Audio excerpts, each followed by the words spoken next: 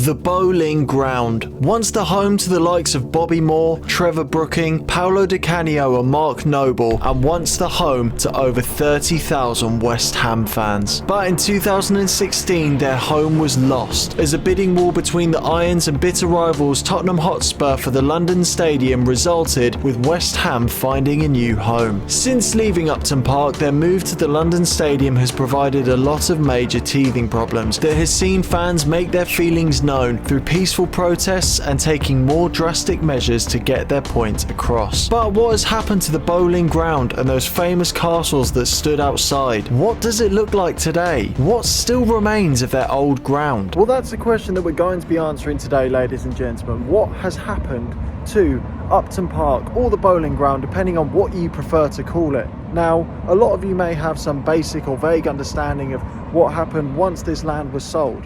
And for those of you that don't know, this is it. We are stood here now in what is left of Upton Park and the 838 new houses that replace what was once the home of West Ham United Football Club. Now, as much as I can stand here and say that this looks like a nice place to live, and the apartments that I'm walking past now seem like they are well made, if a bit dull on the eye, I think it is such a shame that I'm walking through what used to be the home of one of, in my opinion, the most iconic English teams, and there is just simply nothing here to commemorate that great place where people used to come and watch football, meet up at local pubs and walk to watch their team play football, and have been the birthplace for some absolutely iconic Premier League moments. You've got Dimitri Payet's free kick, Di Canio's scissor kick, and of course that final game at the Boleyn Ground, just to name three. The fact that all that is left is the centre circle that I'm walking past now, at least I assume and have been reliably informed that that is at least what it's supposed to represent, if or not it actually is in the same place. I just think that it's such a shame that there is not more to commemorate the hub of what is such an important football team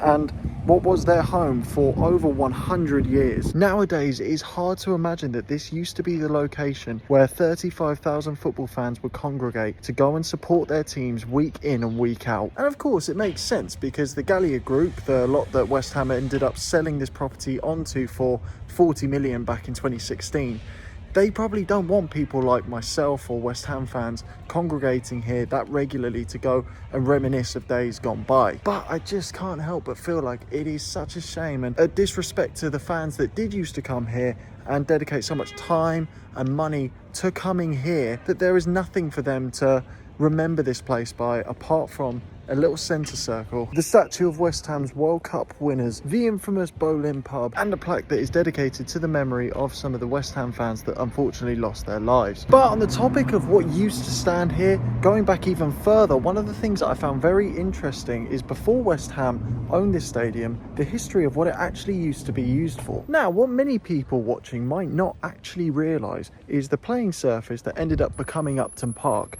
was actually originally used to grow crops such as potatoes, such as cabbages, and the stadium itself, once it became a stadium, actually earned itself the nicknames the Potato Field and the Cabbage Patch as an ode back to what it used to be. And I thought that the Upton Park Boleyn Ground debate was bad enough. And our final part of pre-West Ham Upton Park trivia comes from the team who actually owned the stadium, if you can call it a stadium, at the time that West Ham took it over, and they were a team called Oldcastle Swifts, who West Ham ended up merging with and completely taking over. So from 1904, the rest was history. The ground's record attendance was between Tottenham in 1970, with 42,322 people crammed in to watch a 2-2 draw. During their time at Upton Park, West Ham won 3 FA Cups, 1 European Cup Winners' Cup, as well as promotion to England's top league 7 times. But it was their youth academy that garnered such a large reputation throughout the years, producing players such as Jermaine Defoe, Rio Ferdinand and Harry Redknapp, as well as Frank Lampard, Michael Carrick, and of course Bobby Moore during the Upton Park era. West Ham fans may not have been competing for Premier League titles, but those fans who flocked through those gates backed their team every week, and whether they won, drew or lost, they would always be back here for that next home game. One final piece of interesting historical trivia about Upton Park is there was still football that was played in World War II, which I didn't realise because I knew that the football leagues were suspended, and I knew that most of the males who were playing football at that time had signed up for the war effort. However, there were still regionalised football leagues that were being played. So you had the North League, the South League and the West League.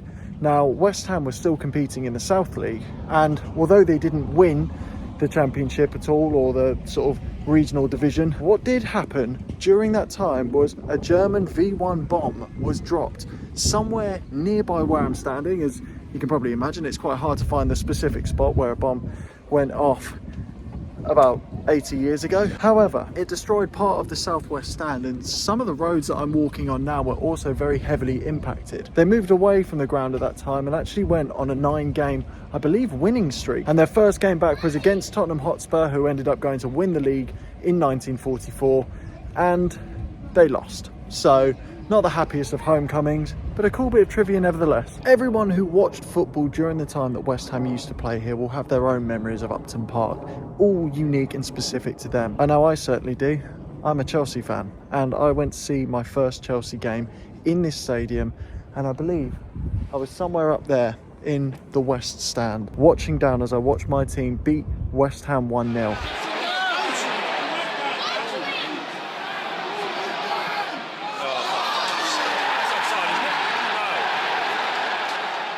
And I remember spending that game as a terrified little 13-year-old, praying that people didn't work out who I was really there to support.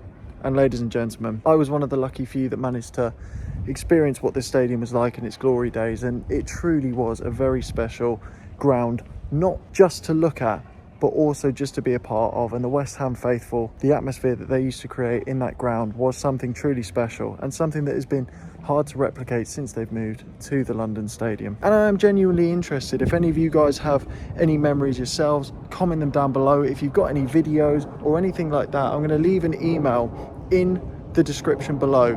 Send any goals, any memories, anything that you're happy for me to share in a video one day, because what I would like to do is I'd like to go through some of your guys' football videos and react to them and see what you guys have been able to capture whilst you're at football matches. So I'll leave that in the description. It would be so great to have some memories from such an iconic stadium involved in a video like that. But like all good things, everything must come to an end, and West Ham's final game at the Boleyn ground, the stadium's 2,398th competitive match played there, was a home tie for West Ham against Manchester United. Both sides going for European spaces, and fan trouble before the game was rife, with a Manchester United team bus being attacked before the game even kicked off, delaying kick-off as a result. Once the match eventually kicked off, it was Diafra Sakho who took the lead for West Ham. However, with it looking like a fairy tale ending, Manchester United came back to break West Ham hearts, with Anthony Martial scoring 2 to make it 2-1. With it looking likely that West Ham were going to bottle their lead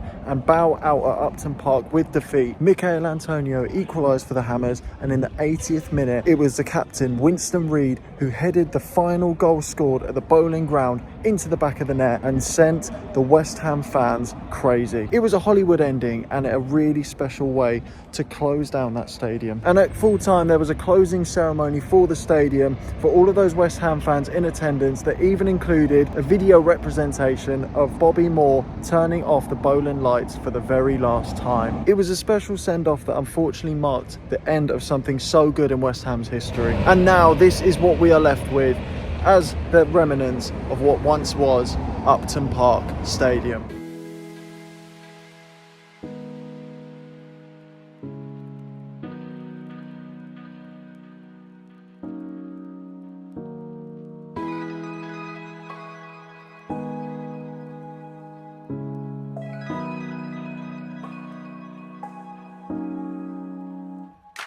So whether you are a West Ham fan or, just like myself, a football fan in general, I think we can all agree that it is so sad to see the state that what used to be such an iconic football ground and the former home of one of the most important teams in English football history, with one of the best fan bases in the country by a country mile. I think it is such a shame to say that this is all that stands of their former home, and it is a disgrace that the legacy of this place has been completely eradicated as though it never was even there.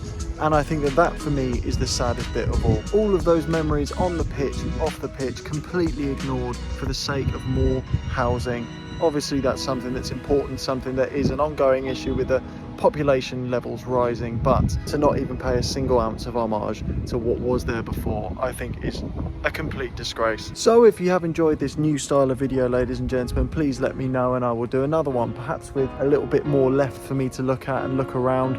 But thank you very much for watching as always, ladies and gentlemen. I hope you have enjoyed. I'll see you guys very soon in the next one. Take care as always.